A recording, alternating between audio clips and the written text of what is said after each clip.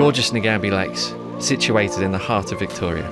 It's not unusual to see swarms of cockatoos on this beautiful lake, and for a couple of days a year, athletes flock for the National Canoe Polo Championships.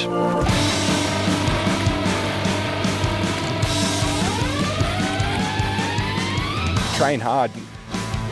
If you want it, take it. Paddle fast. That's always my game plan. Second goal is to pick the ball up. I'm working on that one. Jennifer Stevens first got in a canoe in 2003. She raced in marathons for her school and a few years later for her country. Next, she turned her attention to canoe sprinting and very nearly made it to the 2012 Olympics in London. After trying out for the Olympic Games in 2012, I took up canoe polo because one of my friends from the canoe club invited me to try it out on their team. I was terrified of going upside down. Whenever I'd kayaked before, if you tipped upside down, you would just fall out and be separate with your boat, and your head wouldn't get wet and you wouldn't go underwater. And then when I got in the canoe polo boat, he said I had to tip myself upside down and then try and get this neoprene spray deck off, and that was just, it's still scary. Matt Perrin played for Australia in Milan in 2010. I asked him how it felt to represent his country.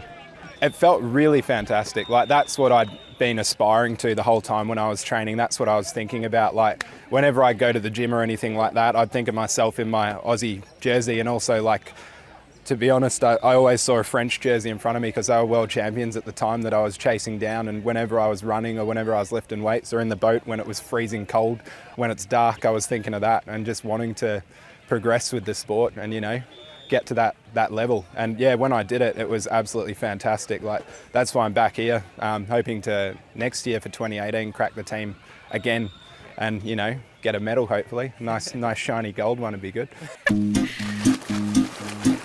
Canoe polo is a reasonably new sport. It really started off in the 1920s in France and Germany, where they were just playing games for fun on the river. Over time it grew and the United Kingdom got involved. Germany, France and the UK all had different ideas on how to play the sport. The first rules were put in place in 1990, and the first World Championships were held in Germany in 1994. Australia were very successful in the 90s, with both the men's and women's canoe polo teams winning gold. However, 5 years ago, an ageing squad retired simultaneously, and Australia have been without a women's team at the last two championships. That's left us a little bit embarrassed on the world stage for a year or two, but now Jen Stevens has picked up that challenge. She's a reasonably new player for us, but she's one of our stars. Coming from a sprint background, she knows how to move that boat very quickly. And she's pulled together a training squad, I think of around about 20 women from around Australia. And they're now targeting the 2018 World Championships. Because we're driving it from the girls who are driving the interest, not from a coach or squad or committee, it's making a big difference to the drive for it, I guess, the taste for wanting to compete. I'd like to manage to get to that level. I've never played on a World Championship team for canoe polo.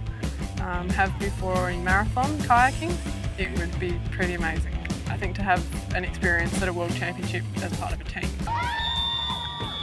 So before the Marathon World Championships, I'd made it on the team and then found out that my coach had brain cancer. She didn't end up making it. I think it was January 2012 that she eventually gave up her battle. Yeah, it's a pretty big part of your life, a coach. Second to your parents, I believe the saying is. Yeah, they're pretty amazing. Your friend, your massage therapist, your coach, your psychologist. They cover a lot of different areas of your life, and she always encouraged me to have lots of different things going on, so she's pretty amazing. Always be reflecting on yourself, you know, so you can always progress as a person in life as well as with your sport, because the more you become a mature person, the better polo player you're going to be. I was carrying bricks through the day, then I'd go and do a training session on the water. Straight after that, I'd go and do aviation stuff, so maybe go for a flight or study, and then I'd have to go and do a gym session after that. And there was cross-training sessions in the middle there, so I was on, I guess, an elite athlete lifestyle, but getting the sleep of a student, which they don't really combine. So I gave myself chronic fatigue I had it for 2 years, and it took me a while to get over it, obviously.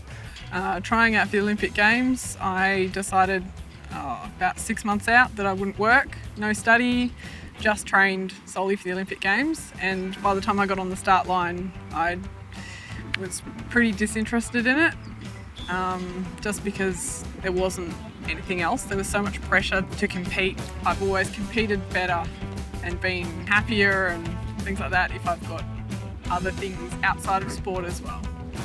Having time to organise and volunteer in a sport as well as trying to compete and have a career, have a family, all those sorts of things, have a dog. Yes, time-wise, when you start trying to organise things, it can take a bit of time, but it's worth it. It's worth it.